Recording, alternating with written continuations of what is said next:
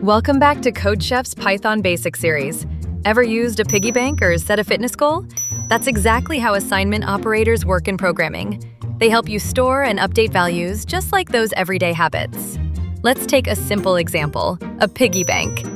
Imagine you start with 50 rupees and store it in a variable called money.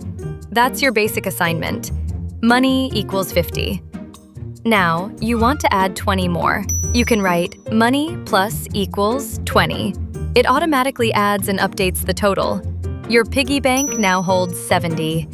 No need to write money equals money plus 20. Python makes it simpler.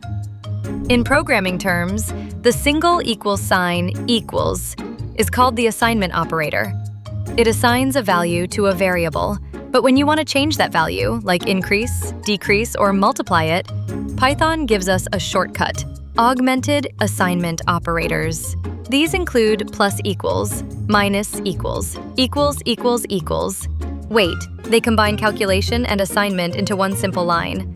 Let's start with a simple one. We assign 20 to the variable x. Then we add 10 using the plus equals operator. That's add equals. The final result? 30. Next up, multiplying. We set a equals 5, then use a # equal 2 to double it. Multiply equals updates the value in place, giving us 10. Now let's subtract. We start with count equals 15. Using count less equals 3, we reduce it by 3. The result drops to 12. All updated, all in just one line. All right, here's your challenge. You start with a fitness tracker showing 1,000 steps. On the first day, you walk 200 extra steps. On the second day, you add 350 more. On the third day, you push hard and add 500 steps. Use augmented assignment to update the total after each day, and finally, print the total step count. Let's quickly recap.